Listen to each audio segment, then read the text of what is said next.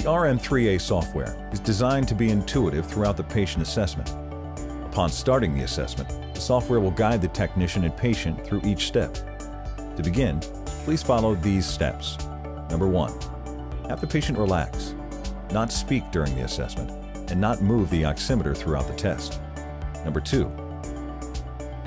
Turn on the oximeter. Phase 1. Calibration. The calibration portion of this test is used to ensure all devices and parameters are set up correctly by checking the following: pulse wave and skin conductance, oxygen saturation, and pulse rate. You are able to change the settings if needed by clicking on the corresponding box, or you can begin the test by clicking on the OK button. If a pop-up box appears explaining the blood pressure setup, click OK or close the box. Click OK for the calibration to begin. During this portion of the test, the oxygen levels are being measured along with the pulse rate. As instructed by the software, obtain a blood pressure measurement. The data is entered into the appropriate spaces in the pop-up box. Then, click OK. Phase 2. Baseline recording. The baseline recording measures the heart function, electrochemical reaction response to pseudomotor function, and other important indices. Once this portion of the assessment is complete, the foot plates are no longer necessary and need to be moved to the side so the patient can stand later in the test. Phase 3. The Valsalva maneuver. During this part of the test, and as instructed by the software, have the patient take a deep breath and hold it for 15 seconds. When performing this task, their mouth must be closed while they pinch their nose shut with their left hand. During the 15 seconds, they must use forceful pressure, as if they were blowing up a balloon, but not exhaling. When the patient is ready to hold their breath, click the Start button. Have the patient watch the seconds timer on the laptop to know when to exhale. Note that the testing still continues to gather data even after the 15 seconds. The Valsalva maneuver triggers an increase in the heart rate and a falling systolic pressure. Sympathetic and parasympathetic regulations are assessed. Phase 4. Deep breathing.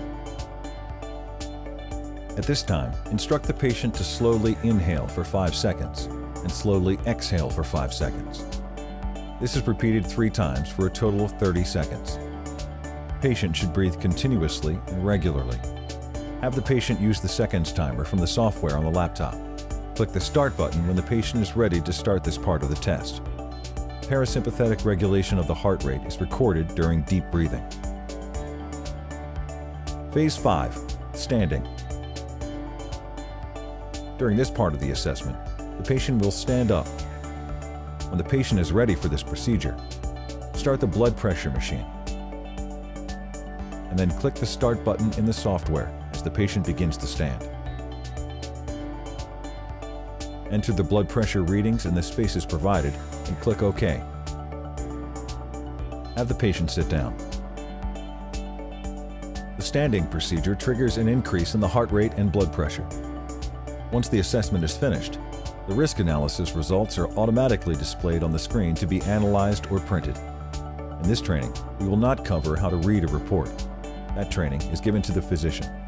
However, there are some added features within the software that a physician will not see in a printed report. You will need to be aware of these additional measurements and provide them to the provider as requested. For example, in most cases, when you place the mouse cursor over certain areas, you'll notice that the software tells you what that particular area means. When you click on any one of the 8 risk factor bars, the report will drill down to the additional information. There are also additional buttons for drilling down as well if necessary. Note that all of the information being shown is also in a printed full physician's report with supplemental pages. On the Endo-D screen, there's an additional visual that can be pulled if the physician wants to show the patient their arterial status.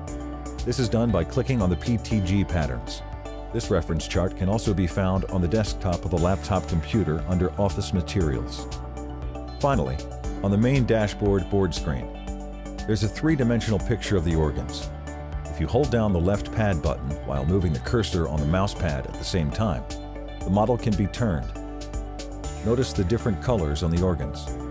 If the physician wants more detail on a specific colored organ, for example the heart, they can click on this drop-down arrow and highlight a specific organ they want to see.